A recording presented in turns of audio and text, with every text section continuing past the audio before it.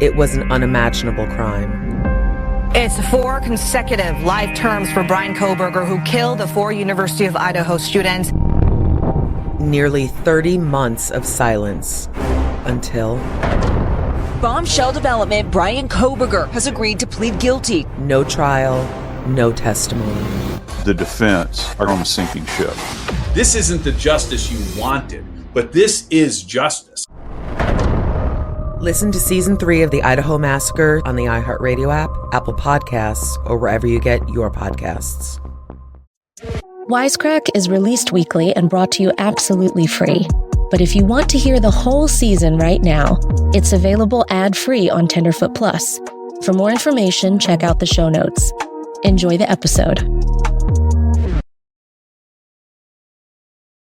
The views and opinions expressed in this podcast are solely those of the podcast author or individuals participating in the podcast and do not represent those of iHeartRadio, Tenderfoot TV, or their employees. This podcast also contains subject matter which may not be suitable for everyone. Listener discretion is advised. Previously on Wisecrack. The 22nd of July 2015, between 11 and 12 o'clock at night, a 23-year-old man named Ryan Goddard, my school bully, had killed his family. He stabbed his mother 42 times, his stepfather 56, using 7 different blunt knives from the kitchen. And then he came to my house. And while I'm at it, I'll tell you the third lie, just so you're aware, is that I've changed the names and the places and the people's names just out of respect for the dead. I thought it was the right thing to do.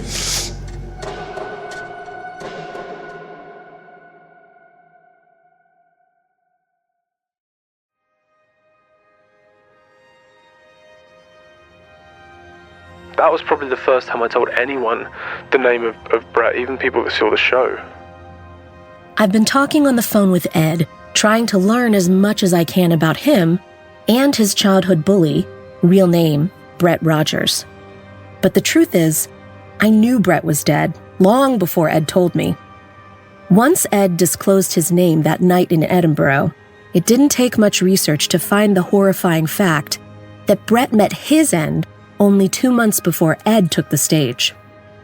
I never told people the name. I would give them enough that they could find the name if they were industrious, but I never wanted to invite people to the village. I never wanted to invite people into their personal lives. We've been chatting for a few months now because I've decided to go to England. It's the only way to uncover what really happened that night by retracing every one of Ed and Brett's steps. I finished my preliminary research and set up most of my interviews, but one question sticks in the back of my mind. Why me? Ed has been gatekeeping Brett's name from everyone who's ever seen his show, but he was willing to let me in. What made him trust me? So why did I give you it? You were persistent, but you were asking questions that were different to anyone else's questions. He opened the door for me, not because I asked louder, but because the same troubling questions that were swirling around in my head had been weighing on his heart for years. Why would Brett murder his own mom? Why would he break down Ed's door that same night? And just how did Brett Rogers end up dead in one of England's most secure prisons only 23 months later?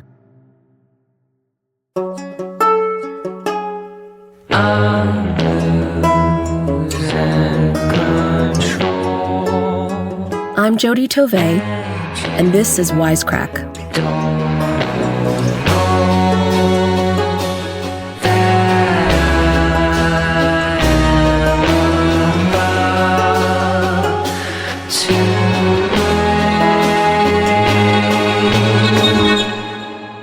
Episode 3. Brett.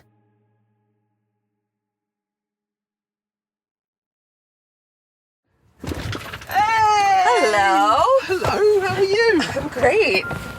I landed at Heathrow to find Ed waiting outside the airport. This is the first time I'd seen him in 7 years, and it was both awkward and strangely familiar. At 29, he seemed sharper, more self-aware than the boyish comedian I remembered. His bouncy curls were replaced by short hair and stubble. What? I'm here to investigate who Brett Rogers really was. But in truth, I'm also piecing together who Ed is too. Up until the night of the murders, these two lives were inextricable. After that night, I'm left to wonder about two pretty unexplainable things. What caused one young man to snap and go on a murderous rampage, and the other to write and perform comedy about it? So along with the police officers and other witnesses, I've been reaching out to Ed's old friends in London, an ex-girlfriend or two, and other comedians that he came up with. Ed told me he learned of Brett's death a few months after Edinburgh through his brother. That seemed like a perfect place to start. I am a 36-year-old dad. At 7 o'clock, I don't do anything. Okay, cool. As soon as you leave, I didn't know that was where that sentence was going. Ed wasn't the only one keen to leave his hometown of Stansted. Both of his brothers moved out of the village. And this brother is Sam Hedges. As soon as you leave, that thing there gets turned on and I'm going to sink into the world of Diablo 4 until 3 a.m. Are you on Diablo? Before we got to Sam's, Ed explains that his brother is very opinionated and not interested in others' points of view, especially if you're a woman or a person of color. So, 2 strikes against me. But of the 3 Hedges brothers, Sam was the closest to Brett. He probably knew the most of who he really was. As we settled into Sam's tiny living room, I wanted to know what he recalled about the boy next door. There's 2 opinions, I think, with things like that. And the first opinion would be when you've got someone who sees someone rarely, and they just see that part of them, they're going to sit there and think, that guy's a dick. Every time I see him, he's just got a negative thing to say about me, or he just tries to bully me, or he hits me, or whatever. But if you see that person every day, and you see 100 people that he interacts with that he doesn't do that to, and then one person that he does, because he just, I don't know, a self-esteem thing, need to make himself feel like he was bigger. Honest to God, I've given this a lot of thought. And if the monster was in there, it was buried deep. He wasn't the guy that he was in the end, when he was younger. But the guy I knew, if you went back to me on my last day of seeing him, even on the days where he was being a proper douche, that guy was not capable of killing his mother. I glance at Ed as Sam casually floats this provocative take. Ed, who received the brunt of Brett's bullying, says nothing. He shifts in his chair and stares at his feet, fighting the urge to respond. He had, obviously, a case of ADHD. I think we all knew that. And he was just hyperactive. He was just bouncing off the walls. But I could point 100 people out to that. That doesn't mean they're going to become axe murderers. There was obviously something that triggered it, or maybe there was this, hormone imbalance. It could have been 100 things. Sam wasn't the only Hedges brother who was close to Brett. Jack, the middle of Ed's brothers, was friends with him too. And like most brothers, Jack had an entirely different reaction to the murders. So when I found out, what happened, it wasn't so much a case of, oh my God, this is out of the blue. It was more, holy shit, he did it. There were 5 families in that neighborhood with kids that we would all socialize. And so we would all play together, we'd play football, we'd mess around and, just generally hang around and do what kids do. The problem that we had when we were younger is that Brett was trying to make himself bigger, make himself more important. He would try with me. He had no success. He had to go smaller. He had to go for Ed. Unlike Jack, Sam refuses to acknowledge that Brett mercilessly bullied Ed. So I decided to ask Sam about a pivotal moment when Brett's violence was undeniable, a domestic dispute 3 years prior to the murders. Brett, who was living with his dad, Pete Rogers, at the time, returned home one day and, unprovoked, severely beat his father. Sure. Me and my dad have had fights before in the past. So, the first sentencing where he went away the first time, I can get that. You can have an argument, things can get heated, someone can swing a few fists. You're both big men now. That's how men in England resolve their conflict. Understand that this was not the usual father-son squabble.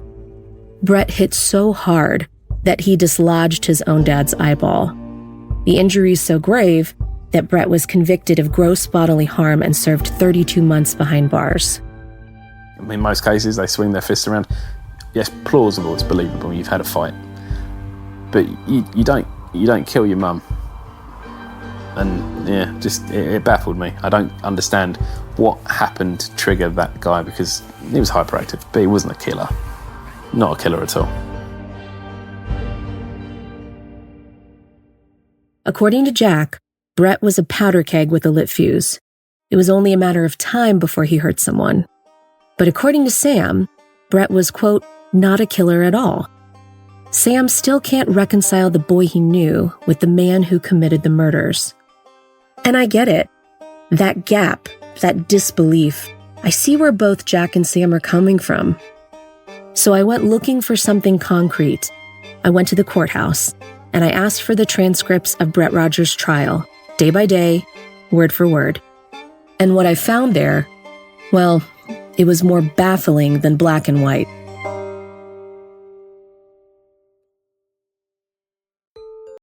Thank you so much. Have you had at least a relaxing weekend? I feel bad that we're making you come in on a Sunday. Well, I mean, the timing was perfect because I was due to be in Oxfordshire yesterday and staying overnight anyway. Oh, okay. Very good. So just coming through central London to go back. Ed left me in London to drive up to his parents' house. He thought it might be helpful to brief them on why I'm in Stansted before I arrive for our interview. I'm grateful for a few days out of earshot from Ed. I knew some details of the trial would be tough for him to hear. I met with Simon Spence, a barrister and King's Counsel at Red Lion Chambers. Unlike attorneys in the U.S., barristers can choose whether to argue prosecution or defense. I think it's very important to do both. I do both. I do about 50% of each. And it makes it much easier to see the other side of the case. In Brett Rogers' case, Spence was brought on as lead prosecutor. The trial began nearly a year after the murders, May 3rd, 2016. On count 1, he is charged with murder, and the particulars of the offence are that on the 22nd day of July 2015, he murdered Gillian K. Phillips. We have had voice actors recreate the proceedings. On the 3rd day of July 2015, he murdered David John Oakes. To this indictment, he has pleaded not guilty, and it is your charge to say, having heard the evidence, whether he is guilty or not. But the trial started off with a twist. Simon's team assumed Brett would plead guilty. The evidence was overwhelming. But just weeks before the trial... He pleaded not guilty. I think the first thing the defence did, although obviously I wasn't privy to what was going on in the defence camp, was probably to obtain a psychiatric report to see if he'd got any mental health defence available to him. And that's very normal in murder cases, whether they accept responsibility for the killing or not. If you're defending a murder, you'll always get a psychiatric report to see whether diminished responsibility can come into play.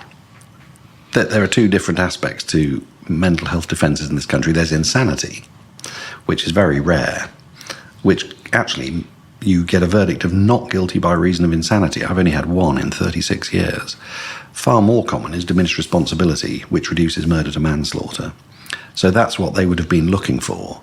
But there has to be a causal link between any mental health problem and the killing. But the doctors that examined Brett couldn't find that link. Thus, Brett had to stand trial as a mentally competent man. We never saw the psychiatric report they got, so it clearly wasn't favourable. Brett's defense was looking to blame the murders on someone, anyone else. So in his opening argument, Simon painted Brett as the only person in the vicinity with the capacity to do something this cruel to his own mom. He then immediately informed the jury of the brutal beatdown Brett had given his father years before. The jury should know that the defendant was on licence at the time and required to live at his mother's address. After his fight with his father, Brett was forbidden by the court to ever live with him again. So Brett's mom, Gillian, invited her son to move back in with her, just steps away from the Hedges house. Brett was on parole, which meant that he had to constantly meet with court officers and social workers to show evidence of his improving behavior. One misstep, and the door would slam all over again. Framing the trial from this angle, Spence was shaping a narrative, casting Brett as a violent young man of full mental capacity. Mental health was not to be considered.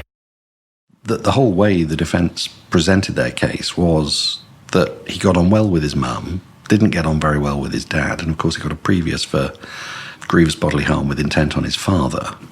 And the defence did quite a neat job, actually, of saying, well, he had no reason to attack his mother, and he's not somebody prone to mindless violence, it's just violence if something triggers it. There was no opening argument from the defense. Therefore, Spence took his time laying out the facts. Spence then turned to the jury and asked a pointed question. The issues for you in this case, members of the jury, are whether you're sure that the killer of the two people was this defendant, and whether you're sure of that, or may it have been an unknown third party. And the other issue for you is, if you're sure it was the defendant, then what was his intention at the time of the killings?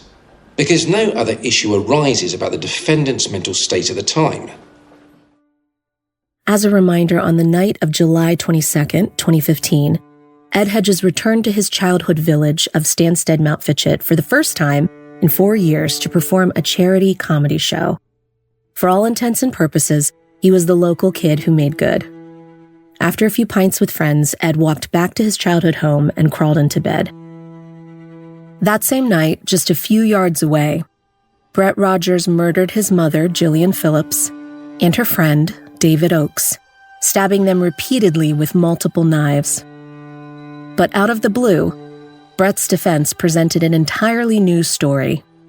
All of a sudden, we got this defense statement saying Brett Rogers had gone out to the shop for 15 minutes and came back past this man with a knife, leaving where my mum lived, and walked into the scene of carnage.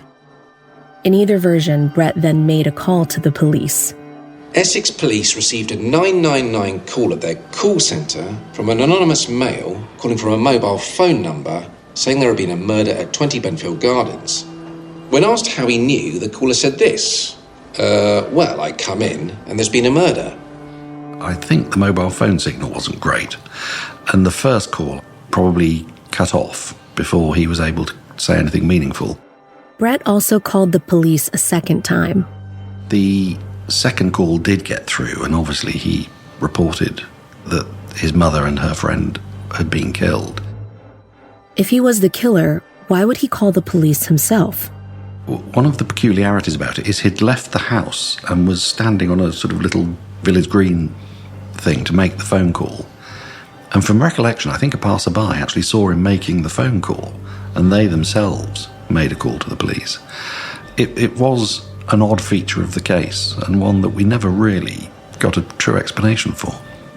The unusually long period of time between the two calls clearly were used, and the police had this theory that he'd gone back to the house to do something before leaving again to make the call. The problem with that is we had no evidence that is what he did, but it was a longer period of time than one would have expected, particularly given the urgency of it. Could this be when Brett went to Ed's house, covered in his own mother's blood? Even the investigators were unable to confirm his whereabouts during this 45-minute window. Not long after, the police arrived to find Brett between his house and the Hedges home. He was described by one of the police officers as looking vacant, and he had something in his hand. According to PC Nice, he was laughing. His hands were covered in blood. He was asked by PC Scott where the blood had come from, and he pointed and nodded towards number 20 and said, "In there." Brett Rogers was arrested on the spot. The police officers who entered the house were met with a scene that can only be described as horrific. Jillian Phillips was sprawled across a sofa in the living room. She was already dead and was covered in congealed blood. David Oakes was lying face down on the floor, his face and neck covered in blood, although at that time he was still breathing. David Oakes survived into the early hours of the 23rd, and then he too passed. The forensic scientists took a huge number of photographs, not all of which we showed to the jury. Some of them were just too horrific to do so. The thing that struck me most about it was the sheer quantity of bloodshed. It literally was a bloodbath. It was literally as if someone had gone in and just chucked red paint all over the place. It was up the stairs, it was in the kitchen, it was on the landing upstairs, in virtually every room in the house. The pathologist's findings was that the two deceased remained downstairs at all time, and that the distribution of blood up the stairs and onto the landing upstairs was all secondary transfer from Brett himself. And that made it a very unusual crime scene for me. Brett was taken to the station, where 3 mental health professionals assessed him in the early hours of the morning. He offered them nothing, not a word. He also refused a urine test, which could have possibly lessened his sentence if it had proven that illegal substances may have contributed to his actions. Later at the hospital, a doctor treated a deep cut on his hand. Brett was silent, unwilling to explain. By the afternoon of July 23rd, detectives were ready to hear his story, but when the questions came, Brett gave them exactly what he'd given everyone else. Silence. He did come across as rather arrogant and very little remorse, which, again, from memory, is something I commented on in my closing speech to the jury and said, well, if you had come on this scene, and if you're close to your mother as he was professing to be, one would have expected to see a bit more emotional reaction. He was quite cold. The trial lasted 2 weeks. Police officers and forensic experts took the stand. Through it all, Brett Rogers never spoke a word, except in one moment. And there was one particular instance where Brett Rogers kicked off in court. Although the jury were told they had to ignore it, it's impossible to expect them to do that. And I think that was a large part of their decision to convict him. On day 3 of the trial, as a forensic scientist presented evidence of the crime scene, Brett stood up and shouted, Will you shut up? You're doing my head in. He turned toward the glass dock door and tried to make a run for it. When he realized it was locked, he spun back around and lunged, slamming into the 2 dock officers. One was knocked to the floor. The other took a hit square to the face. From the gallery, his family shouted, his father pleading Brett to stop. Then the clerk hit the panic button. Do you remember what might have been said that caused that reaction from Brett? I don't think it was anything particular. He just suddenly started saying, stop it, this is doing my head in. And I think it was simply the expert saying, well, there was a pattern of a trainer in this pool of blood, and he'd compared it to the trainers that the defendant was wearing, and they matched, so he must have put that footmark there. I was really quite surprised that it triggered the reaction that it did. But it perhaps just does demonstrate that actually there was something about Brett Rogers that he just couldn't control his temper. January 8th, 2017, the jury deliberated for less than a day. Brett Rogers was sentenced, and before he was taken away, the judge left him with a message. The only surprise in this case was that you would not admit that it was you who'd killed your mother and Mr. Oakes. The consequence of your lies is that no one, apart from you, knows exactly what happened at your mother's house that evening. For murder, there is only one sentence, which is prescribed by law, and that is imprisonment for life. She continued, unpacking his past, tracing the long line of pain. And here lies the real tragedy of this case. You are a man who attacks the people who loved you most. Your father and your mother are the 2 people who have loved you, looked after you, been with you, who know you and who wanted the best for you. But look what you've done to them. Look how you have repaid their kindness to you. By your actions, you have ruined your family, and you have ruined your life. Brett murdered brutally. There was no question he belonged behind bars. But the truth is, from the moment of his arrest, Brett had already started to disappear. Even after it was all over, he never offered a reason, never asked for forgiveness. According to BBC Essex, he sat expressionless as the verdict was read, mute still, drifting away. The idea of spending the rest of his life behind bars must have been terrifying for the 23-year-old. But what awaited him in prison was far worse than lifelong incarceration.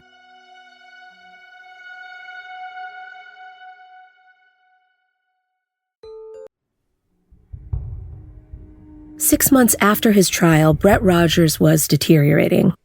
Though he had been convicted as a violent man with all of his mental faculties, his psychological health had begun to fall apart. Brett had become almost entirely mute, finding himself shuffled between many prisons for behavioral issues. On January 27th, he was transferred to Her Majesty's Prison, Long Lartin, a high-security prison tucked away in the countryside. To the outside world, Long Lartin looks like any other British prison: red brick walls, razor wire, guards in crisp uniforms. But inside, it holds a rare distinction: a specialized mental health wing, and that's where Brett was placed. Not out of mercy, out of necessity. We know this because of a report on Brett's entire stay in progress was made public by the nonprofit 100 Families. It claims he was medicated, antipsychotics daily, done so until he became, quote, compliant. And slowly, the reports changed. Eventually, Brett was deemed well enough to join the general population, still high security, still violent offenders, but in theory, a step closer to rehabilitation. There were no cellmates. Each prisoner got his own room. Brett's days became structured: a violence reduction plan, a daily program that helps prisoners understand the origins of their rage and control their angry impulses before they act on them, as well as he was assigned cleaning duties. According to his nurse, he responded well. He followed instructions. He kept to himself. In March 2017, he was reassigned to the Perrier Blue Wing, a quieter block with only 42 cells. On the surface, it seemed like progress. But it was here he came face to face with his end. 1 month earlier, another prisoner had arrived, Gary Lindley. He was serving life for his role in a burglary gone wrong, an accessory to murder.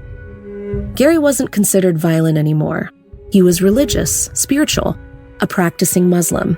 He prayed often, and he took a liking to Brett. Their relationship, if it can be called that, had the shape of a big brother, little brother dynamic. Gary even vouched for him to other prisoners. By the spring, Brett's records painted a picture of calm. He was eating well, sleeping regularly. His violence reduction program was under review to be removed entirely. His personal officer noted a change. The, quote, quiet and difficult to talk to, end quote, prisoner was beginning to speak more, with inmates and with staff. Whatever demons had ruled him before, it seemed, for a moment, they'd quieted. Until June 7th. That afternoon, around 2:30 p.m., a guard noticed Brett had forgotten his work boots. He sent him back to his cell to change. Nothing unusual. What happened next would take hours to uncover. At 3:15 p.m., another prisoner, who we'll call Ellis, spotted Gary Lindley and another inmate, Billy White, inside of Brett's cell. The two were seated casually on the heating pipes that ran across the back wall. Ellis noted that Gary was rolling a joint. By 4:10, Ellis saw the two men again, this time in the kitchen. He asked where Brett was. Gary replied, quote, he's asleep in his cell. Dinner was called, medication rounds began. Brett didn't show. Ellis walked to his cell and knocked. No answer. Ellis testified that he peered through the narrow window in the cell door, but it was too dark to see anything, so he left. A few minutes later, another officer was sent to find Brett. He opened the cell door, called his name. No response. However, he spots Brett lying in bed, the covers pulled neatly over his head, still wearing his work boots. That was the first sign something wasn't right. Protocol kicked in. A second officer was called in, and they entered together. As the pair approached Brett, they noticed he was pale, unresponsive, and motionless. They issued a code blue. CPR began immediately. A nurse arrived. Oxygen was administered. A defibrillator was used. But there was nothing left to revive. At 6:24 p.m., paramedics pronounced Brett Rogers dead. The cause? Compression to the neck. He had been strangled. But there were other details. ones that would disturb even the most seasoned investigators. A yin-yang symbol had been crudely drawn across Brett's face in blue marker. And then there was a note. It wasn't discovered during the search. It was handed over by another prisoner who found it lying on the floor. Scrawled across the paper was a message. I was ordered by my God to free Brett Rogers. I know you will not see it this way, but that is between you and God. I am of sound mind. Can I speak to the governor? The handwriting matched Gary Lindley's. With little questioning, both he and Billy White confessed. They claimed that God had spoken to them the week before, that they were chosen. Together, they'd made what they described as an interdenominational pact, a shared spiritual mission to rid Brett of his demons. A cleansing, they believed. A spiritual execution. In November of 2017, Gary Lindley and Billy White were convicted of Brett's murder. They are still serving that sentence. Brett Rogers had committed an unforgivable act. He belonged behind bars. But whatever he deserved, it probably wasn't this.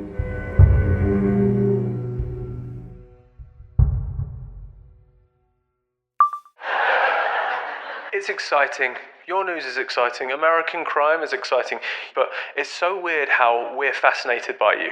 Because we've got knife crime, we're like, it's terrible. And then they'll be like, 4 people were shot today, and we're like, oh, with a gun? Like cowboys. It feels Hollywood. You've got Hollywood crime. Why did you put it on TV? That's my biggest question. I think it's like a game show. I didn't know if they were going to convict the dude or give him a Dodge Ram. It's amazing.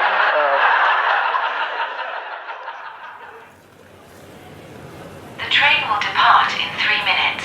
Please mind the gap. I'm on the train to Stansted. Ed's going to pick me up after the quick 45-minute trip. But I'm starting to think Ed has a point. The American and British judicial systems are vastly different, and the black and white answers I was looking for in the trial transcripts, they simply weren't there. As I'm listening back to the interviews, I'm struck by the fact that, despite all the vivid details of Brett Rogers' last days, I haven't been able to create a distinct profile of him or his motive for murder. If anything, I feel like I've been told stories about 3 different Bretts. If you're defending a murder, you'll always get a psychiatric report. We never saw the report, so it clearly wasn't favourable. The first is hard to swallow. This Brett had no diagnosable, trial-admissible psychoses, so the British judicial system determined him fit to stand trial as a sane, albeit angry, man. And yeah, it baffled me. I don't understand what happened to trigger that guy, because he was hyperactive, but he wasn't a killer. The second interpretation I heard from Sam. Brett was low-key cool. He loved a prank, was a constant cut-up in school, and was a really good guy who would have likely outgrown these bad boy tendencies. Something big must have tripped a circuit that night, almost like a schizophrenic outburst, because Brett Rogers was not a maniacal murderer. It wasn't so much a case of, oh my god, this is out of the blue. It was more, holy shit, he did it. The third version of Brett is that he was simply heartless. A ticking time bomb born with such demons in his head that it was only a matter of time before this happened. No reason or inciting incident was ever needed. Just look at the way he almost killed his father with his bare fists. Headed into Stansted, I'm left to choose from 1, sane, 2, insane, or 3, somewhere in between. And none of them point to an obvious reason why he ended up on the Hedges' doorstep. We are approaching our final stop, Stansted Mount Fitchett. However, there are 2 other people in this story who should have a clearer perception of Brett, Ed's parents. Not only did they help raise him, along with the herd of neighborhood boys who would come and go after school and on the weekends, but they also survived that horrible night along with their son. Thinking about them, my mind kept going back to something Jack Hedges said to me when we sat down. Can you give a little bit of explanation, because that one boggled my mind. Before I came to the UK, I rang Jack to introduce myself, and he said he was surprised I even wanted to speak to him. When I explained I wanted to ask about Brett knocking on his parents' door minutes after murdering his own mom, he told me he didn't know anything about it. No one had told him. That this could happen to a family, and that you would speak of the murders, but not speak of the potential breaking and entering part. Why didn't you know about that? Because I would have reacted very badly to that. If I'd known about that, then what I would have done is gone round, changed all the locks and looked at all of their windows. And I would have gone to him and said, here's like a $5,000 bill to fix your house, go do it. I believe that's why they didn't tell me. Did you follow up with your mom afterwards and say, what the hell? No, I didn't. There was no follow-up, so No. This is just me reconfirming that to you. Technically, that conversation It still hasn't happened. How does something so big, like the fact that a murderer showed up on your family's doorstep, just slip past you? Was this just British stoicism, the famous stiff upper lip? Or am I missing something that explains why no one in this family ever spoke a word of it? Welcome to Stansted. Please mind the gap.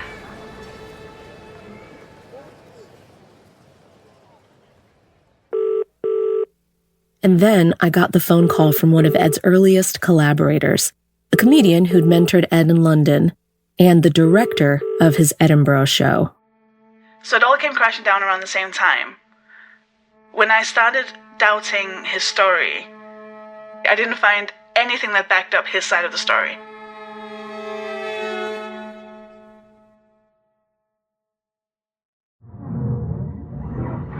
Next time on Wisecrack.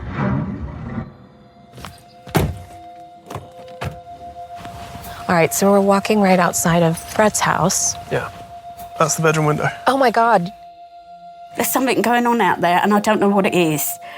I was petrified. I thought we were getting broken into. By that time there was helicopters and everything going out there. There was a lot of police running up the alleyway. And that bit there was like the apocalypse.